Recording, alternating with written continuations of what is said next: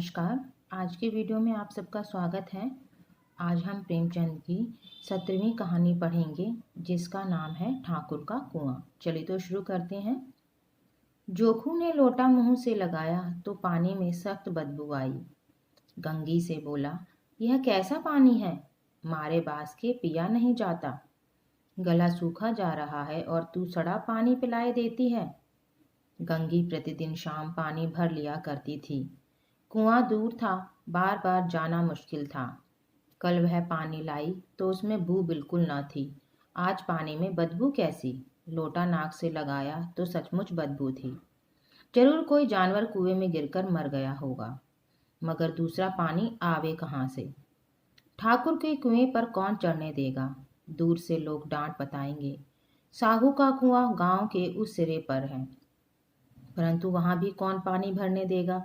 कोई तीसरा कुआं गांव में है नहीं। जोखू कई दिन से बीमार है। कुछ देर तक तो प्यास रोके चुपचाप पड़ा रहा, फिर बोला, अब तो मारे प्यास के रहा नहीं जाता। ला थोड़ा पानी नाक बंद करके पी लूं। गंगी ने पानी ना दिया। खराब पानी से बीमारी बढ़ जाएगी, इतना जानती थी, परंतु यह ना जानती थी कि पानी को उबाल देने से उसकी खराबी जाती रहती है। बोली, यह पानी कैसे पियोगे?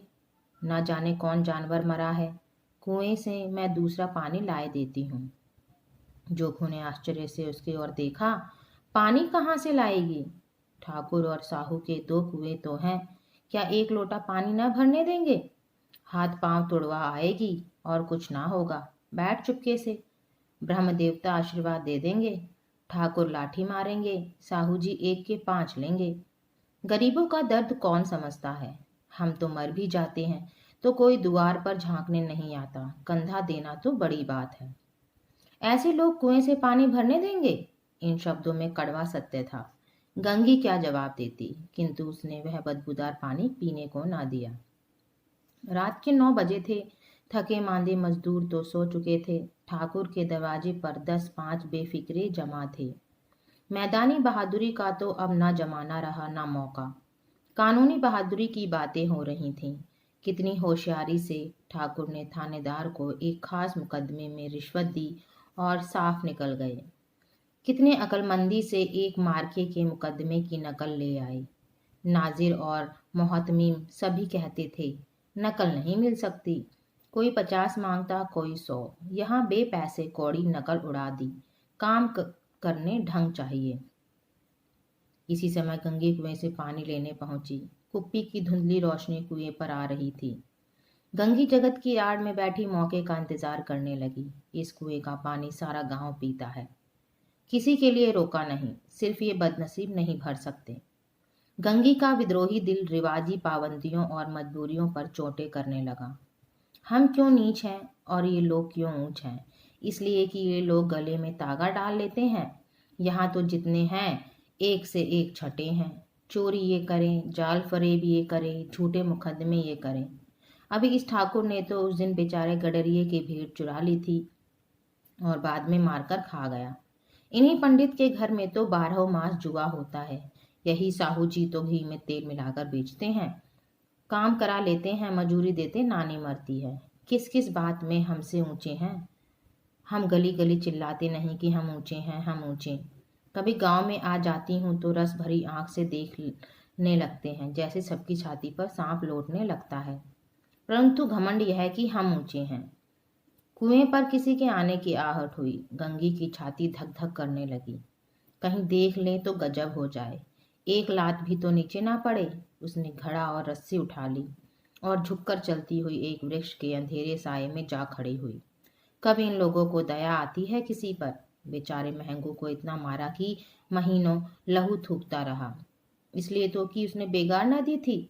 इस पर ये लोग ऊंचे बनते हैं। कुएं पर स्त्रियां पानी भरने आई थीं। इनमें बात हो रही थी। खाना खाने चले और हुक्म हुआ कि ताजा पानी भर लाओ। घड़े के लिए पैसे नहीं हैं। हम लोगों को आराम से बैठे देखकर जैसे मर्दों को जलन होती है। हाँ, यह तो न हुआ कि कलसिया उठाकर भर लाते। बस हुक्म चला दिया कि ताजा पानी लाओ, जैसे हम लौंडिया ही तो हैं। लौंडिया नहीं तो और क्या हो तुम? रोटी कपड़ा नहीं पाती, 10-5 रुपए भी छीन झपट कर ले ही लेती हो। और लौंडिया कैसी होती हैं? मत लजाओ दीदी, छिन भर आराम करने को जी तरह कर रह जाता है। इतना काम किसी दूसरे के घर कर देती तो इससे कहीं आराम से रहती। ऊपर से वह एहसान मानता, यहाँ काम करते करते मर जाओ, पर किसी का मुंह ही सीधा नहीं होता। दोनों पानी भरकर चली गईं तो गंगी वृक्ष की छाया से निकली और कुएं की जगत के पास आई। बेफिक्रे चले गए थे। ठाकुर भी दरवाजा बंद करके अंदर आंगन में सोने जा रहे थे। गंगी ने क्षणिक सुख की सांस ली। किसी तरह मैदान तो साफ हुआ। अमृत चुरा लेने के लिए राजकुमार किसी जमाने में गया था, वह भी शायद इतनी सावधानी के साथ और समझ बूझ कर ना गया हो। गंगी दबे पांव कुएं की जगत पर चढ़ी।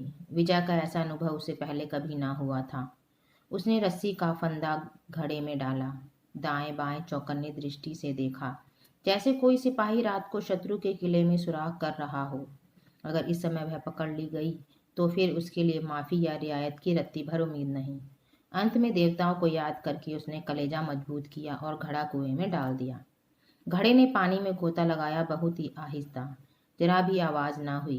गंगी ने 2-4 हाथ जल्दी जल्दी मारे, घड़ा कुएं के मुंह तक आ पहुंचा।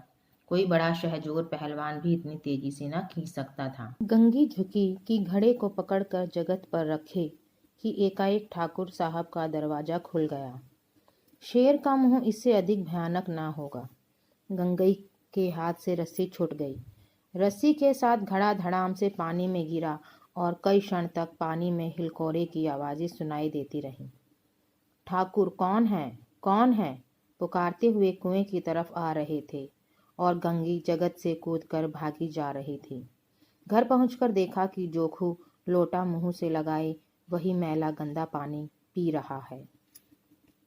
आप सबको ये कहानी कैसी लगी कमेंट बॉक्स में ज़रूर लिखना और अपने दोस्तों को और अन्य को शेयर ज़रूर करना। धन्यवाद।